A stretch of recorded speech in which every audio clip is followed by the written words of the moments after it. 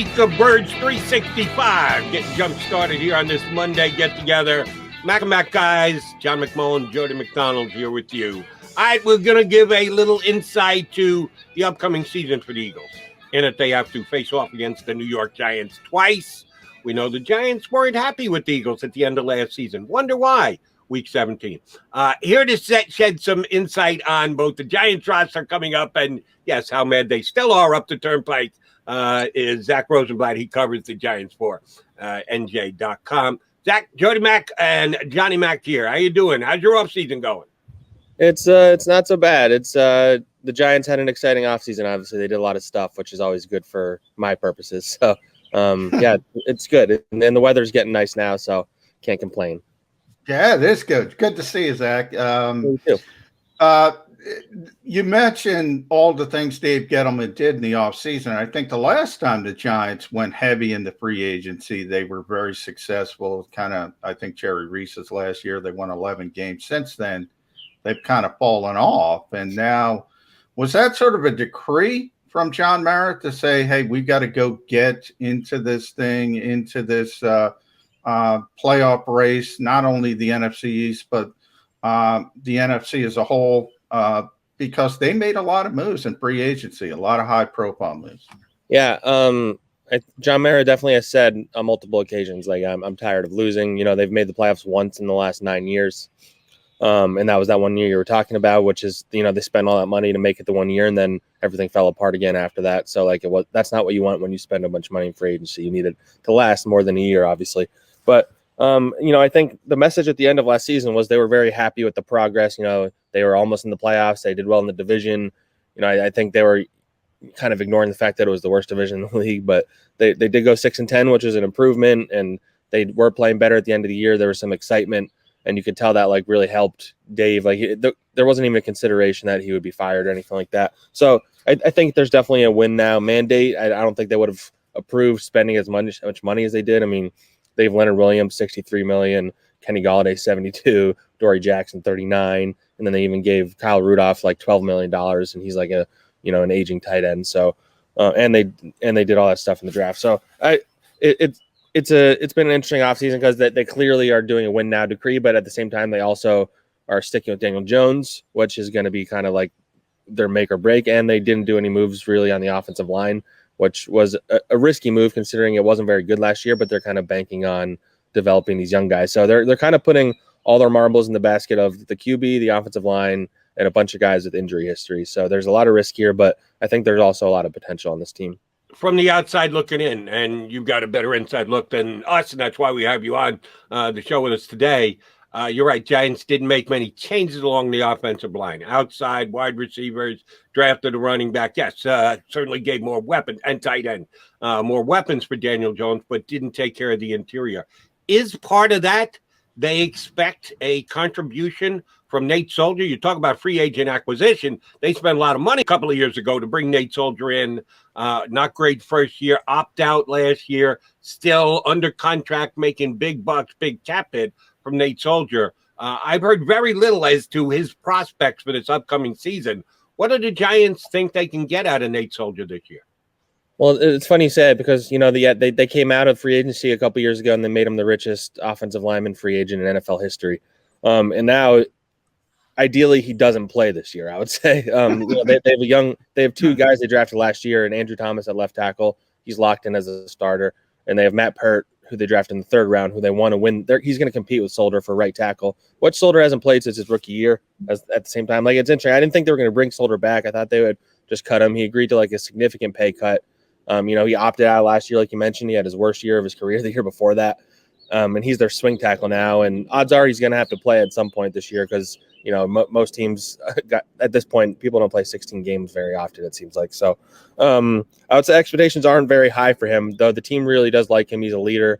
He has the Patriots background with Joe Judge and previously. But, yeah, it's funny because, like you said, like they spent so much money on him, and it's essentially his third year of his deal, and he's expected to be a backup. So, Zach, I do want to go back to the draft because that's such an interesting part of this for the Eagles, and the fact that they jumped ahead of the Giants to get to number 10 to take Devontae Smith. I look at the Giants and I look at their playmakers, and you mentioned the contract with Kenny Golladay.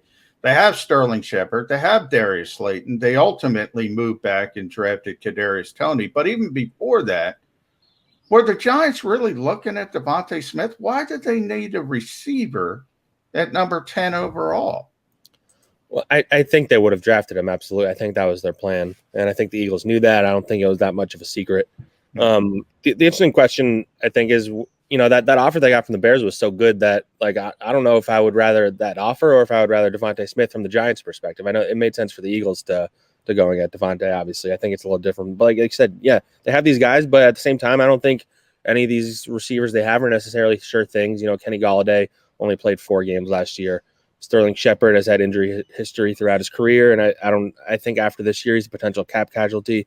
Darius Slayton is talented, but he's also nearing the end of his contract in a couple of years, and he didn't do as well down the stretch last year and was kind of banged up. So I think they see a lot of question marks, and I think the guy they drafted, I think they view as more than just a receiver. At the same time, they view him as a guy who can come out of the backfield, can go in the slot, can play returner.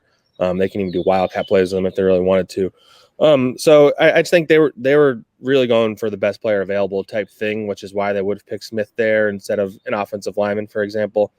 I really don't think they're picking for need, and I think that's kind of pushing towards Joe Judge kind of influencing a lot of what they're doing now, because I think Dave Gettleman in the past would chase need, where it seems like they're getting a lot smarter about, they waited to pick Azeez Ojulari in the second round. They traded back, and he was still there. He was a guy they would have considered in the first round, and he was there at number 50. So I really think it was a value thing. They really thought Devontae was a number 1 guy, and I think they are very high on Kadarius Toney at the same time. It's going to make me seem like I'm offensive line driven here, and that's not a bad place to be. Obsessed might be. But I'm going back to the offensive line with my second question. Last year, the Giants had issues on their offensive line, not only on the field, but in coaching as well. Major breakdown between the players and the coach and the head coach and the offensive line coach. And he was blown out in season, which you almost never see. A positional coach fired in the middle of the year, who was a guy who their offensive coordinator was certainly heavy-handed in bringing in, used to coach under Coach Garrett when they were in Dallas together. Supposedly, Joe Judge and Jason Garrett were able to put it behind them and still get along and still have a very good relationship going forward to this season. At least that's what's being said. Do you buy it? There's a pretty big divide between the head coach and the offensive side of the football last year, most of it having to do with the offensive line and the offensive line coach. What is the Garrett-Judge relationship like going into this season? It's a good question, because, the offense was bad last year. They were the second worst team in terms of scoring, and they still went 6-10. So that tells you that if the offense is even a little bit better, they win that division probably pretty easily. And the thing is that if Joe Judge didn't have a good enough relationship with Jason Garrett, I don't know if he would be back this year. So they brought Jason Garrett back. I think they're giving him a lot of the benefit of the doubt. Last year, no preseason, young offensive line. The first 4 weeks of last season they view as kind of like their preseason. Jason Garrett said at one point early in the season he was still trying to figure out what everybody's good at on his team, kind of thing, which is you don't love to hear, but when he's being honest, I guess. And so I think they're, first year Daniel Jones in that system, and the weird offseason. Like I just think they were giving Jason a lot of the benefit of the doubt, and he has to kind of pay it forward this year. If Daniel Jones doesn't progress, if the offense isn't significantly better, he's going to lose his job, I think, almost for sure. And he wants to be a head coach again, as everybody knows. He interviewed for the Chargers one. That probably was never serious. Him along with Daniel Jones are their 2 biggest questions, because it was a very boring offense they ran last year. They didn't take many risks down the field. Now they have all the weapons around them. Jason Garrett has run offenses that have a lot of weapons before, and they've been pretty successful. So, there's no excuses for him anymore. This offense just can't be as bland and boring as well. And Saquon Barkley getting hurt, I forgot to mention too, was a part of their because they built that offense around him, and then he was gone, and then they didn't really have a backup plan. So I think they have more talent if that were to happen again to stomach it. But Jason Garrett he needs to do a better job. There's no question about that. Yeah, and Zach, I can't believe we got this far without talking about Saquon Barkley. You mentioned the offensive struggles. If that guy's out there for 16 games, 17 now, which maybe it's a little pie in the sky to expect that. Yeah. But just the running threat and the receiving threat out of the backfield, he's in that. Whether it's Christian McCaffrey healthy, Dalvin Cook, Derrick Henry, whoever you want to talk about is the best running backs in this league. Saquon Barkley's got to be at the top of the conversation. If he's healthy, how much better does he make that offense by himself? Significantly. Like you said, his multi-dimensionality, I think, is a big part of it. He's still not like a perfect running back. He needs to work on his pass protection and some other things. But yeah, it's always, you'd always wonder how guys are going to coming off ACL. You mentioned Dalvin Cook, like his first year coming off, he wasn't that great. Then the year after that is when he started dominating again. So it's going to be Saquon's obviously a freak of nature physically. So I think everybody kind of assumes he's going to be fine, which is probably a fair assumption. But yeah, he's the offense is still going to run through him. That's been their goal. They don't hide it. They want to be like a team that pounds the ball and is able to run the ball really effectively. And the fact that they have better receivers that in theory should be better at getting open than they were last year should help a lot. They have 2 tight ends now. A lot of it will come down to the offensive line, before Saquon got hurt, the run blocking was pretty bad. It got better. But yeah, he kind of changed everything for them. They want him to be the face of their team. He has a contract coming, so he's a lot of motivation this year.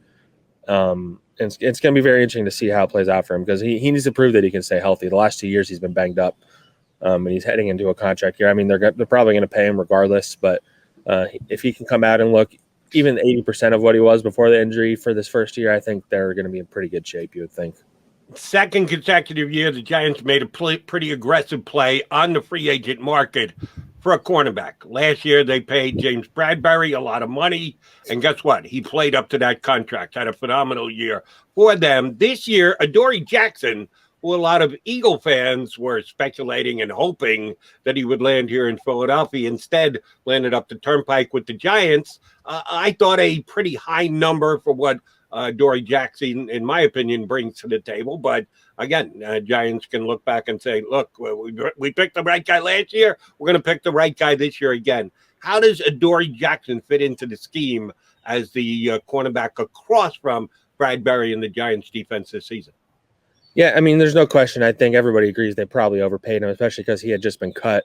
And he was making less than so that in theory, the Giants could have just, given the Titans a 7th-round pick or whatever. But, they clearly I don't think they expected him to be available. I don't think their goal was to pursue like a top-end cornerback like that.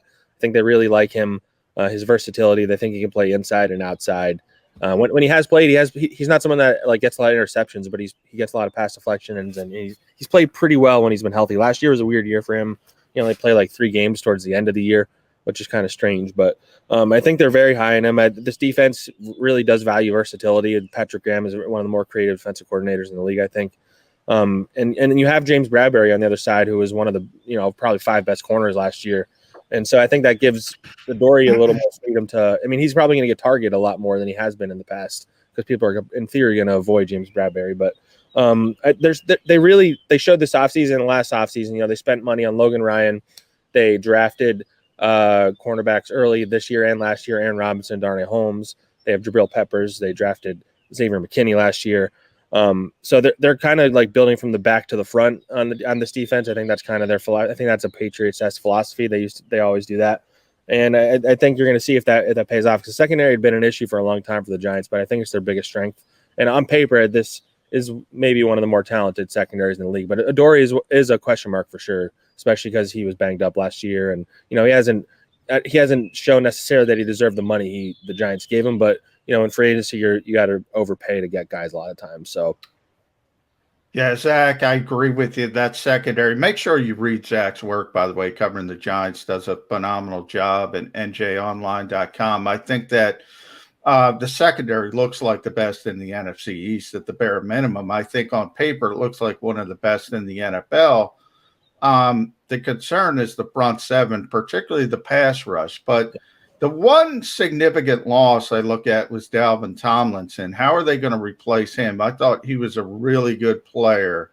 And then edge rush, is Azeez Ojulari enough to give this team? I thought that was really the significant weakness last season.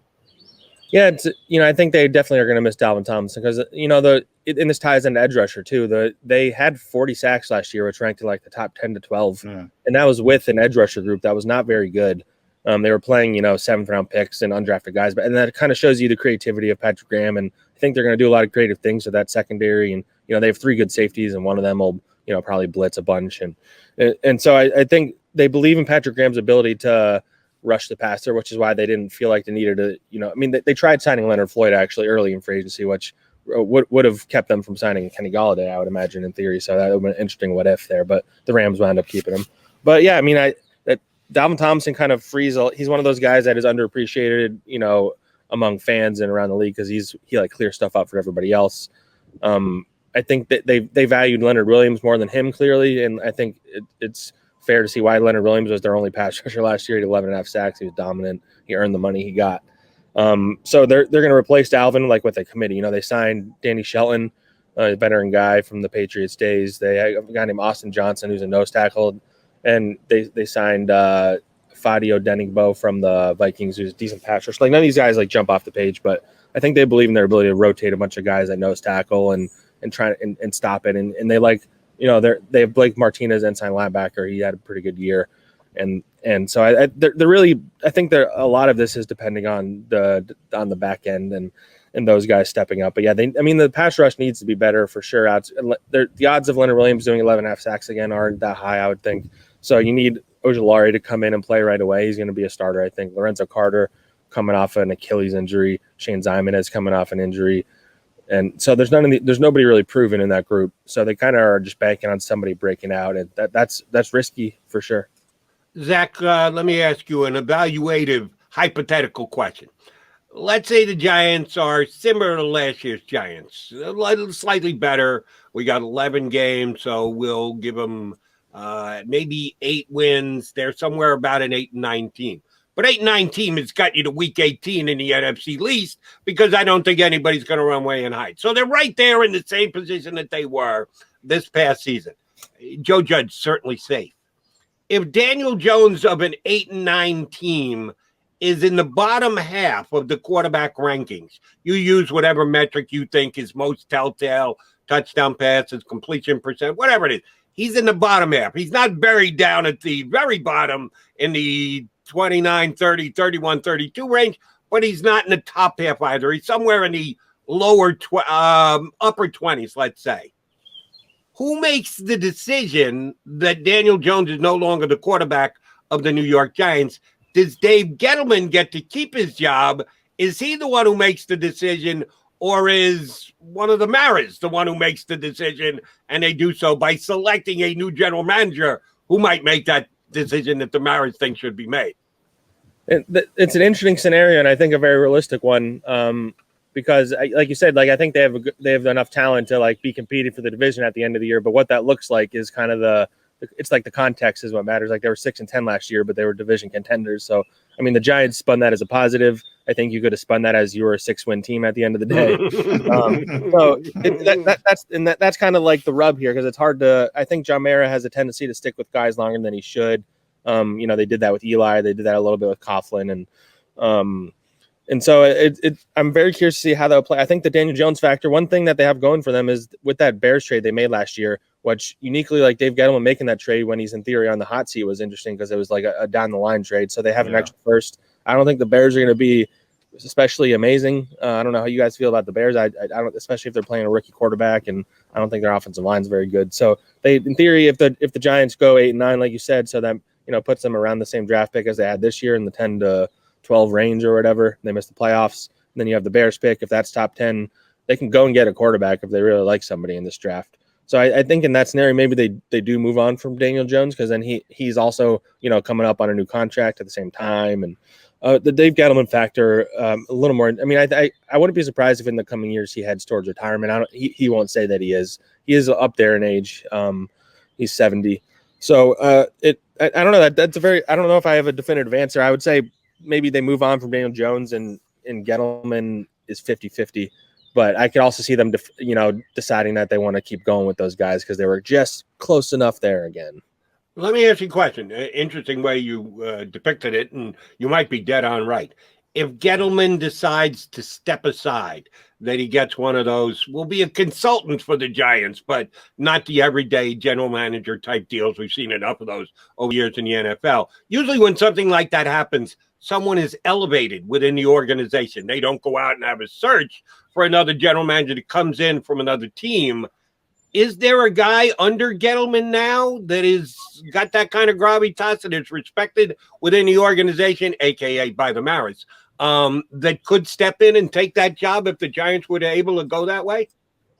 So the answer is both yes, and I think the fan base would be pretty upset if they move on from Gettleman, and because one of the problems the Giants have had is they kind of keep it in the family, so to speak. Like Dave Gettleman's a guy that had been with the Giants for a long time before they hired him. And the guy that you're talking about, that'll be next line, is Kevin Abrams. He's been like their salary cap guy and their assistant GM for like 20 years. He's been in the front office for like 20 years or something. And in theory, he's always been like the next in line guy. But I don't know if that's the biggest change you want to make. And with Joe Judge in the building, I wonder if he would want to go and hire somebody from his, the Patriots tree. There's a lot of executives like that. And that's another thing where I'm very interested, hiring Joe Judge, and he's kind of influenced a lot of the way they do things. He's changed a lot of things in the building. I wonder if that would extend to John Mara's process for hiring a GM, because in the past, like I said, he's just stuck with the guys that they know. So Kevin Abrams would certainly be a candidate. They did hire a guy from the Lions named Kyle O'Brien, who was the number 2 to Bob Quinn for the last few years. I don't know if he'd be that exciting of a hire either, but if you want somebody who hasn't been with the Giants forever, he'd be another internal candidate. But yeah, I would hope they would actually do shirts, because one of the biggest criticisms the fans had when they hired Gettleman in 2018 is that they didn't really do a big search. They talked to Abrams, they talked to Gettleman, talked to Mark Ross, who was still in the Giants building, and they interviewed Louis Riddick. But I think the intention was to hire Gettleman the whole time, and I think fans were pretty upset with that, especially because of the results that we've seen the last few years.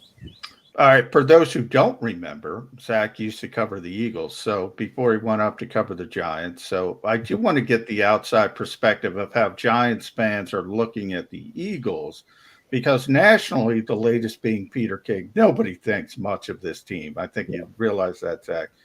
It has to do mainly with the head coach and the quarterback. Just want to get that outside perspective. The Giants fans look at the Eagles games as a couple of gimmies this year? I don't know necessarily look at them as gimmies. I think historically, when one of those teams is terrible, those games always wind up being weird. But I mean, we haven't really talked about it, that you referred to it earlier. I think Giants and Eagles fans hate each other as much now as they have in a long time, and it's exciting for me. Anytime you tweet something, I'm a Giants writer now. Anytime I tweet something about the Eagles, you get the fans fighting in the comments. It pretty much all started with that Week 17 thing with Doug. Yeah. Which is interesting because Doug's not here, Carson's not here anymore, Nate Sudfeld's not here anymore. A lot of those guys aren't here anymore. But you had that, and then you had the Devontae Smith trade. I think Giants fans were upset in the moment about that. I know Jabril Peppers tweeted something where it was kind of making fun of how Devontae Smith didn't really look that excited in his team photos. And then the fans were fighting about that. And I don't know. I think there's more juice in the rivalry than there's been in a long time. Whether either of these teams are actually any good this year, I think that's definitely up for debate. I think the Giants, on paper should be a lot better, but you could also see a scenario where they're not very good. And I think the Eagles, like you said, people are expecting them to not be good. I think it also wouldn't shock me if they surprise people, obviously, because we've seen that before with them. So I'm excited for the Eagles-Giants games this year. I don't know if Giants fans think the Eagles are terrible. I'm sure they do. But I think a lot of it has to do with just kind of the hatred kind of rising again. And the fans being in the stands for those games is going to be fun, because in the past years, the Eagles fans have taken over MetLife because Giants were so bad. A lot of time when those games, especially when they were late in the year, Giants fans had already given up. So it would be mostly Eagles fans in the stadium. I don't know if it necessarily will be that this year if the Giants are competitive again. And that's exciting to me. I'm excited to get the fans back in there and seeing some crazy stuff happening, tailgates and all that stuff. From the game within the game perspective, you mentioned it earlier that this is a judgment year for Daniel Jones. Gave him a bunch of offensive weapons. Hasn't stepped up and stamped himself as a franchise quarterback yet. So this could be a Giants decide to go in another direction offseason because they've got draft assets that could give them the possibility of doing that. Oh, by the way, the Philadelphia Eagles in the same exact position. Jalen Hurts, very much a proven type year. And if they want to go in another direction at the end of the season, they've got the wherewithal to do that. So the matchup between these two quarterbacks in the two games they played this year are not only Giants versus Eagles, but I'm going to claim the quarterback position for my organization type matchups. Who's in better position right now? The Eagles with their current quarterback or the Giants with their current quarterback? Wow, that's a really good question. Because, the interesting thing with Hurts is that, the coaching staff isn't the one that drafted him. And he was a second-round pick.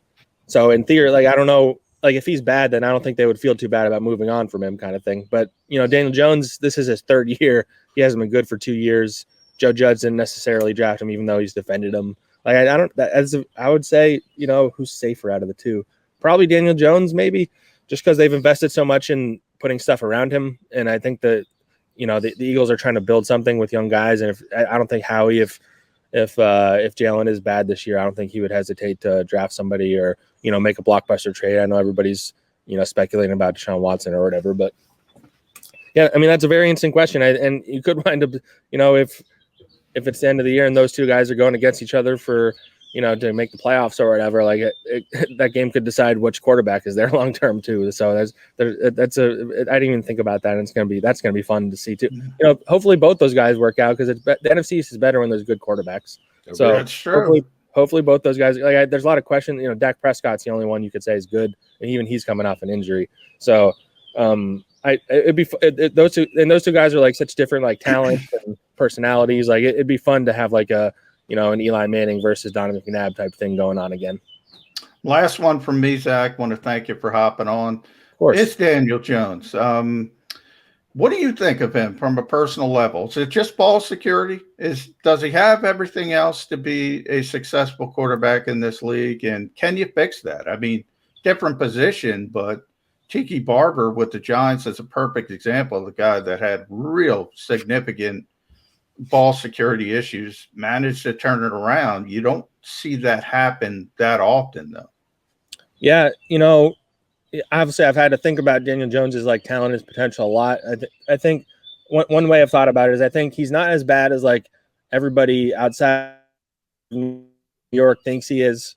He has a reputation of being one of the worst. I don't think he's one of the worst quarterbacks necessarily. I also don't think he's as good as the Giants think he is, where they're passionately defending him and we think he could be the guy. A lot of times when they're defending him, a lot of the points they hit are about his competitiveness and how much they respect him and all this stuff. And when you're not talking about the football skills when you're defending a guy, I think that's pretty telling a lot of times. But I don't know. I think last year was alarming. I know it wasn't his fault. The offensive line was bad. The receivers were dropping balls. They weren't getting open. But you can't throw 11 touchdowns in 14 games. That's almost impossible in the modern NFL to only throw 11 in 14 games where you played almost the entire game. So I think his ceiling probably isn't superstar. I think his ceiling is probably a guy, as they say, you can win with, not one that's going to win for you kind of thing. But he also, like you said, the turnovers. He got better with it last year. His decision-making is still questionable in a lot of ways. He holds on to the ball too long sometimes. His ability to run is way better than I expected. He's a legit mobile quarterback, and I think that kind of helps him quite a bit. But yeah, I would say his ceiling is to be a solid, I don't know, like an Alex Smith type guy that can just kind of run the offense and get things done. But maybe he's not going to go out and win you games. That's why you need a great defense, which I think they're trying to build, and you need a great running game and some weapons on the outside. So. It's going to be very interesting to see how he plays. If he's not as good as the Giants say he is, then a lot of people are going to lose their jobs. So they're banking a lot on this kid. The only thing that I worry about, maybe even more so than ball security, is his ability not to trip over the 10-yard line, because that is the most memorable play from last year's Eagles-Giants matchup. Eagles tweet that anytime you say something mean about the Eagles or something, they immediately start tweeting the gif. Yeah, not surprised. What they leave out is that they scored at the end of that drive. Yeah. So, right, sure. It's a cheap joke, but I'm just going to take it. It's like a hanging curveball. You have to take a swing when someone throws it's so ridiculous, too, because he has an 80-yard run, and he tripped by the 10-yard line. Yeah, I know. Thanks for giving me the grief that I deserve. Instead, I'm going to give you grief and your Giants team grief, because a big story this week was the fact that lawsuit against the Giants for a culture of violence amid the organization. I covered the Giants for a lot of years working for FAN. I know the way the Maras do business. I know how they hold themselves. I know how I look at that organization as a class organization. Always have, still believe that's the case today. but this is not good. The guys who are bringing the lawsuit, a 30-year employee who says he was fired because he complained about violence within the organization. How is that playing up there in North Jersey right now? Yeah, I mean, it kind of came a little out of nowhere, and like you said, that guy was in the org. I forget I'm blanking on what his name was, but he was a video coordinator for a long time in that organization. David Maltese, I think his name was. Maltese, correct. Yeah, I mean, it's alarming for sure. The Giants pride themselves on being like a professional organization, and everybody who comes through the Giants organization tends to have good things to say about it. But like, there's some alarming stuff on this. Their statement they released was that they're going to passionately argue this and defend themselves against this former employee. But there was some alarming stuff in there about the violence, and there was, even the one story that stood out, like when I read it, it was like in the lawsuit, so it's alleged, obviously, but David Guglielmo, who is their offensive line coach, he was assistant offensive line coach when the incident happened in 2004, where he like tackled this guy into a table and said, "I'm going to kill you," apparently, and then he was the guy they hired back this last year when they fired Mark Colombo, like you mentioned. So if that happened and then they brought him back, like, that's alarming as well.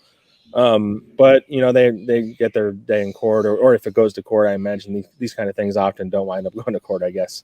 I'm not a lawyer. I don't know the legal stuff well, but yeah, I mean, it's funny. There's always something like it. You never go free for an off season with no. I mean, you covered the Eagles, John. You know this, yeah, as well as anyone. Like you just when you think you all right, I can just relax. There's nothing going on. Finally, somebody gets arrested, or there's organizational violence, or like it.